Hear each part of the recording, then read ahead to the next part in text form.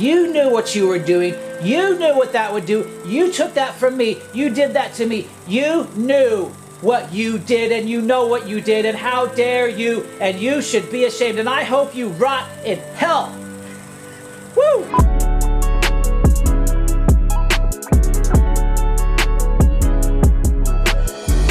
Today I want to talk about forgiveness, but I want to talk about a particular kind of forgiveness. I want to talk about the worst and best kind of forgiveness. Or I could say it this way: the hardest and most necessary kind of forgiveness.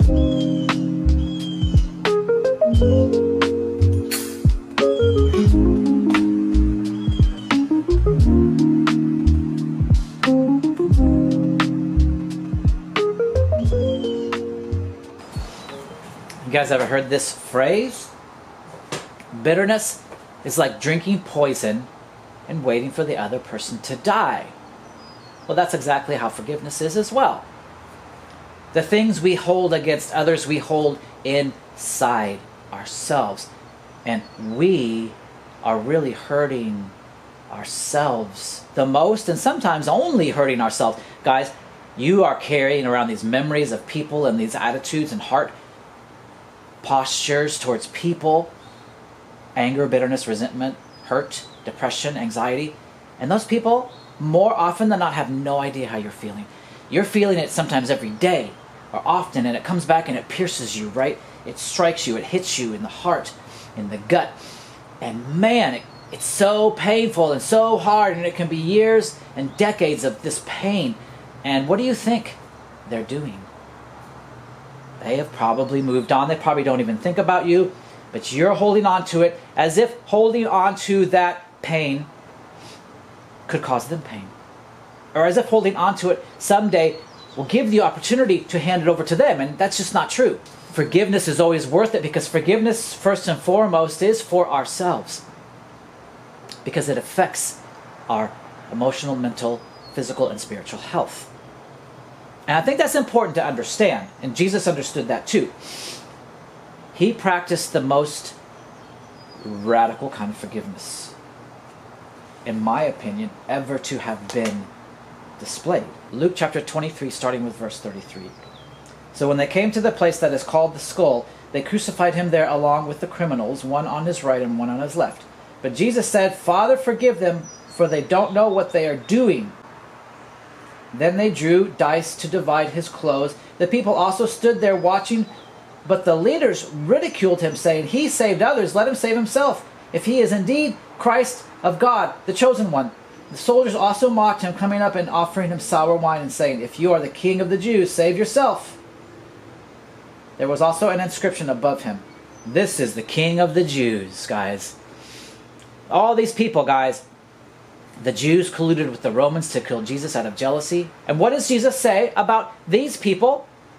Even as they're still standing right there mocking him, criticizing, shaming him, what does he say? "Father, forgive them. They don't know what they're doing." Forgiveness from the cross. We've all experienced injustice and wrong done to us, and what do we do with it? Can we somehow, some way get to a place of saying to the people that have hurt us the most, "I forgive you. You really didn't understand what you were doing. You really didn't understand what you did."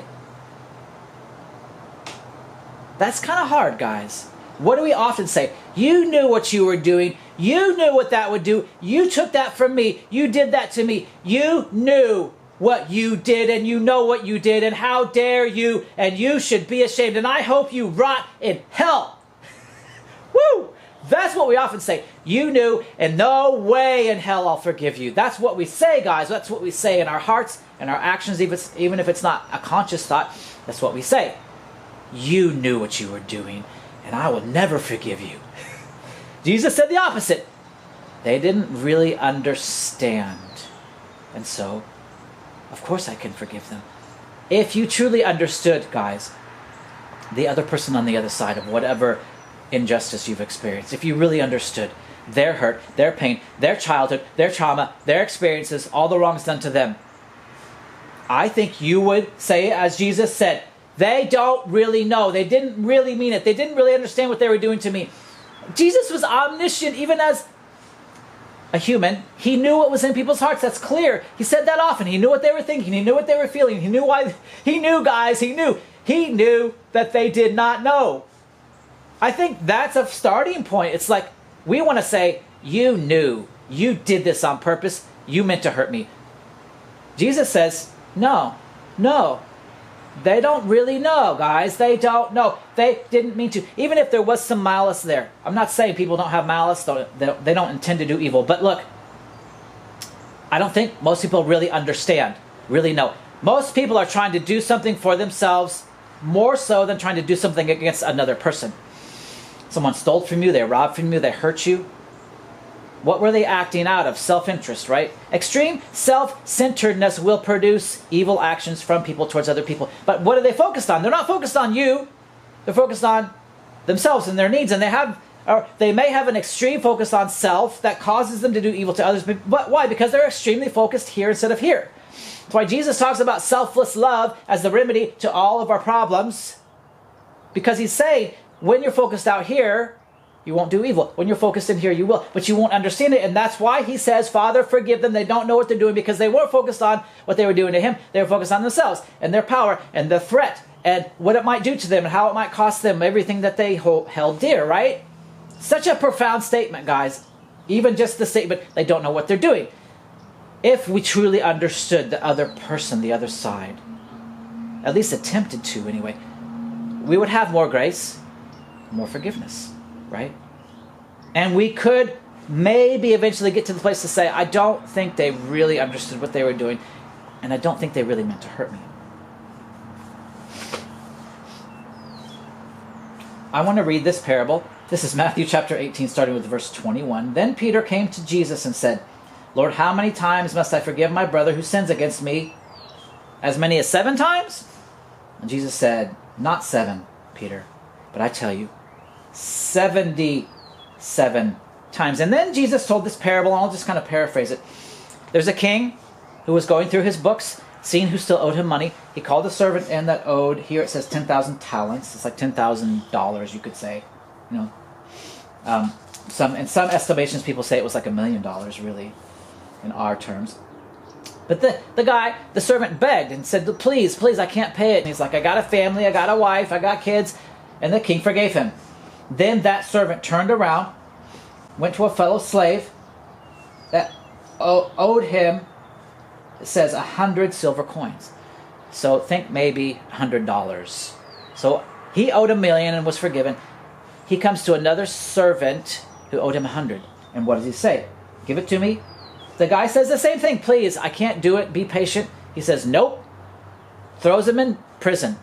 The king calls that servant that he forgave back, and he's like, how dare you? How could you? I forgave you millions of dollars, and you won't forgive this guy $100. How dare you? And he threw him in prison. And Jesus says, this is exactly how God feels towards you when you won't forgive your fellow man, your fellow woman, in light of how much I have forgiven you. How dare you? How could you? When I have forgiven you so much, why can you not forgive so little? Okay, so just another way to think about it, guys. Are your sins less than others? Are your wrongs easier to forgive? In God's sight, no. Doesn't matter what you think, guys. You may think, I've hurt a few people here and there. It was an accident. I tried to make amends. Fine. No, that's not how God sees it. He doesn't see like the rapists and murderers and go, hey, those guys, but you're pretty good. Nope. And I know that's hard for us to grasp. But as high as the heavens are above the earth, are God's ways above our ways, his thoughts above our thoughts. There is an infinity between God and us concerning goodness. And so when God looks at us, it's a level playing field, not because we really truly are in practical terms, but because God's perfectness is so far above that it's like the difference between me and Hitler in his view and by his goodness is nothing. It's inconsequential. And so Jesus is like, look guys, you cannot comprehend every day how much you offend God and every day how much God forgives you. And therefore, because of and in light of God's great mercy towards you, you should extend such a small amount of mercy in comparison to others. Okay? It's actually very offensive to God when you don't forgive others, if you truly understand and have received His great forgiveness for you. This is Romans chapter 12, starting with verse 9, and I'm going to read verse 9 through verse 21. Love must be sincere. Hate what is evil, cling to what is good. Be devoted to one another in brotherly love, showing eagerness in honoring one another. Do not lag in zeal. Be enthusiastic in spirit. Serve the Lord. Rejoice in hope. Endure in suffering. Persist in prayer. I'm going to skip down to verse 16. Live in harmony with one another and do not be prideful, but associate with the lowly. Do not be conceited. Do not repay anyone evil for evil. Consider what is good before all people. If possible, as far as it depends on you, live peaceably with all people. Do not avenge yourselves, dear friends, but give place to God's wrath, for it is written, vengeance is mine, I will repay, says the Lord. Rather, if your enemy is hungry, feed him. If he is thirsty, give him a drink. For in doing so, you will be heaping burning coals on his head. Do not be overcome by evil, but overcome evil with good. Starts out in verse 9 and 10. Or this starts out in verse 9. Love must be sincere. Hate what is evil. Cling to what is good. It ends in verse 21. Do not be overcome by evil, but overcome evil with good. Okay. I'm just going to say it. It's evil for you to take vengeance, to take revenge, to attempt to enact justice. Why? What did I say earlier? As high as the heavens are above the earth, your perspective of good and evil, guys, is way low compared to God's. It's way high. God sees all, knows all. He sees the motives of the heart. He understands exactly why people do things. He understands exactly how to deal with their heart to attempt to rectify wrongs. What is God's aim with every person, guys? To restore them. It's not retributive justice, it's restorative justice. And there's a big difference. Guess what retributive justice does? It creates more injustice. Damn. Woo! You were an evil person, and now you're going to get some evil done to you. Ooh. It's a cycle that repeats and continues and perpetuates itself. It's a perpetual motion kind of machine. Retributive justice produces more injustice. Why? Do not repay evil for evil, but repay evil with good. If your enemy is hungry, feed him. If he's thirsty, give him something to drink. In doing so, you will heap burning coals on his head. This doesn't mean you will make justice for him be super painful and he'll really get what he deserves. No, it means that he will be so convicted by your kindness in light of his or her evil that burning conviction will make that person go, oh, man, I was really wrong. Man, and that's not, guys, doesn't always happen, but this is the point. God's saying, if you really want to be a just person, a person of justice and righteousness, you treat others as you would have them treat you. You do to them, you do good to them, you do right to them, and it will show them a different way. You forgive. You tell them, I understand. You didn't know what you were doing. You didn't mean to hurt me. I love you. I forgive you. And what did Jesus say to the prostitute caught? He said, hey, I forgive you. Now go and sin no more. But before he could say that, guys, what did he do? He defended her. He lifted her up. He rescued her and he saved her and he set her feet on solid ground. He restored her. And then he said, hey, by the way, change your life. Don't do this anymore. It's not good. Ooh. When you are good to those who do evil, you're doing the same thing. Same example. You're saying, you know what? That wasn't good. But I forgive you. And hey, by the way, maybe that wasn't a good thing and maybe you shouldn't do it again. That's the example, guys. We lead by example. The example is love. The example is forgiveness. And guess what?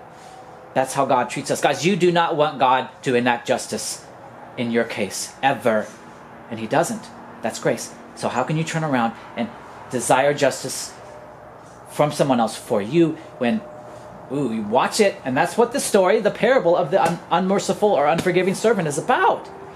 And that's why Jesus on the cross can say, Father, forgive them. They didn't really understand.